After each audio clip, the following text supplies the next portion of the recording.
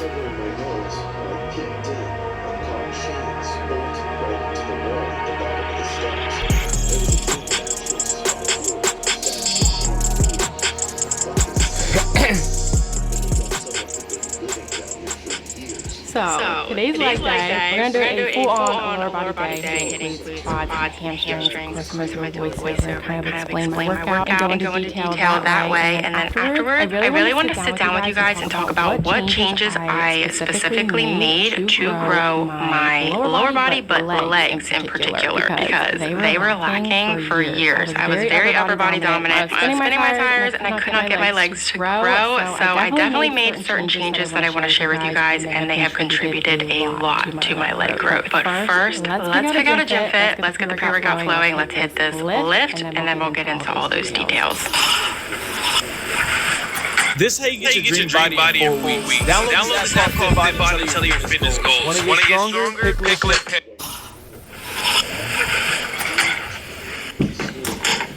Okay, so this is the fit. I'm wearing the Monogram Adapt shorts. I love these. The bandeau bra, love the bandeau bra, and then the midi jacket. These are probably like my favorite fit. Usually the Adapt collection is my favorite. So the Safari Adapt, Monogram Adapt. The Monogram is what has this little design. But yep, this is the fit. Off to hit some legs. Alright, so I'm having my pre-workout. This is a stimulant-free pre-workout because I do love to have my coffee, so I did already have that. So this is for pump and focus. P-Science, high volume. You get no itchiness, and the flavors are all really subtle and really good. But I'm going to show you guys something in 1 second. So I'm going to take a scoop and a half of this. Gives the best pumps.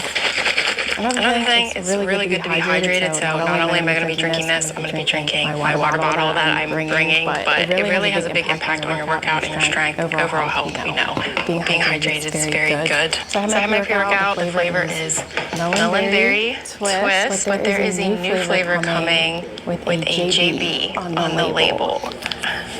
I'm so excited next month. So the flavor will probably be announced soon, and it's unlike all of their other flavors on the website. I'm super excited about it. I might be biased, but I think it's going to be a big hit. So it's going to be coming in high volume and prolific, so the caffeinated version of the pre-workout and then the non-caffeinated version. Both don't give any itchiness. It's nice you can stack them to tailor how much caffeine you want and how much pump you want. And then also, since it is morning time and I'm kind of rushing to the gym, I'm going to have this. It's a Griot peanut butter yogurt from Hummus Fit, but it's Greek yogurt with a little bit of protein powder and some like chocolate chips and peanut butter in it. It's really good, but you can create your own at home. So I'm going to eat this before the gym for some good protein and carbs to fuel my workout, and we're going to hit these legs. All right, we made it to the gym, and today's workout will be a pretty balanced overall leg day. I want to hit my glutes, hamstrings, and quads, but before that, I always start my leg days with pretty much the same warm-up routine. I used to have some problems with my hips and knees, so I chose some dynamic movements to really focus on and warm those up and make it so I can perform my best. And I haven't had issues with them for a while, so I think it's been working pretty well. For the first exercise, I always start my leg days off with some seated hamstring curls, and I do this for 2 reasons. One, because my strength on them has skyrocketed, and I've noticed a lot of hamstring growth, much more than when I just tossed them in at the end of my workout and was just being lazy with training them. And second, it's a great way to warm up your knees. I even do them first on my quad days to warm up because it warms up my knees but doesn't fatigue my quads or glutes for all of my next movements, so it's a win-win for me. For my first, I would say difficult compound movement. We are going with reverse lunges, and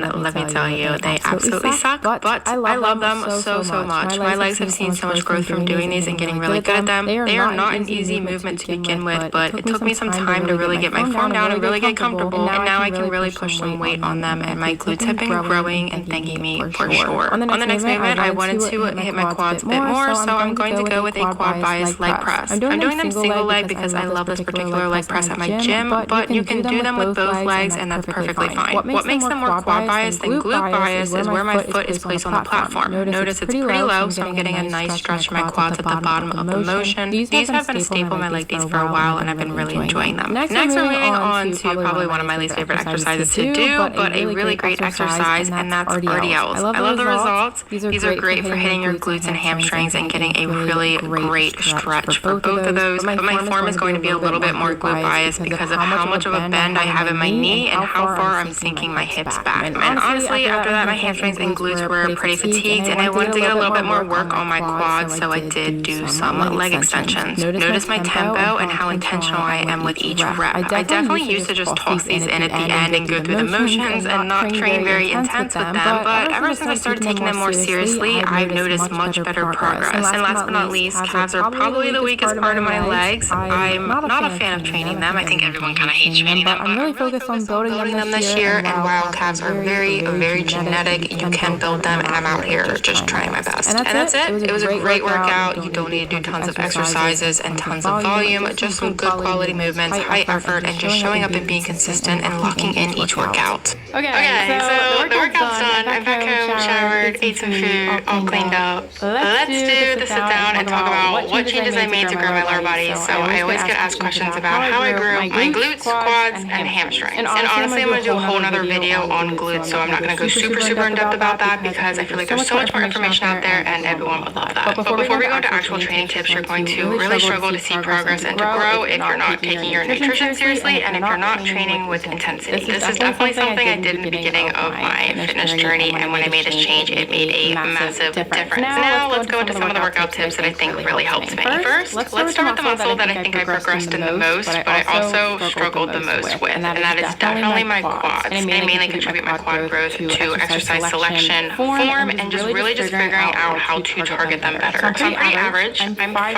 but I have long legs, and my femurs are pretty long, so that's like the bone from like your knee to your hip, and my torso is short. So doing barbell back squats for me are pretty uncomfortable, and for them to be more comfortable, never fully comfortable for me, I need to do a low bar, and my torso is pretty bent over, and that's going to be more glute biased. You are hitting your quads and your glutes with squats, but for me to do a barbell back squat, they're definitely more glute biased. So big change for me was finding other squat variations and getting comfortable with those to target my quads better, whether that was Smith machine squats, pendulum squats, hack squats, or even quad biased leg press like I showed in my workout. Those squat variations are just a lot better for me for getting a deeper stretch in my quads and allowing me to have the form that just targets my quads a lot better. And then the other big change I made was I started taking my leg extensions more seriously. I'm a lot more intentional with each rep and progressing in them, whereas before I was just throwing them to the end of my workout. I was kind of lazy with them, just going through the motions and not putting any intensity into them. So that's pretty much it for quads for me. It was just really dialing in my training and my exercise selection and how I was performing the exercises that made such a big difference. Now let's talk about hamstrings. Most of my hamstring growth came from RDLs, leg curl variations, and hyperextensions, but man was I messing those up for a while. Let's just start with the worst one. My RDL form used to be terrible, and I hated them because they were so uncomfortable because my form was so bad. It just took me a while to learn how to properly hip hinge and send my hips back. I also needed to learn to keep my spine neutral and to not go so low to protect my lower back a little bit. But I also learned a lot of tips along the way to make my form a lot better. It's just a very tricky movement in my opinion. But I'm happy to say I kept trying, and it's much better now. My form is so much more comfortable. I've been able to add a lot of weight and progress and see progress from them. The only other main thing, and I did mention this in my voiceover, is I love having my leg curls at the beginning of my leg workouts because not only does it warm up my knees, but I've been able to progress in that movement so well with having it at the beginning of my workout with more energy and less fatigue, and I've been able to really excel in my weight on doing some leg curls.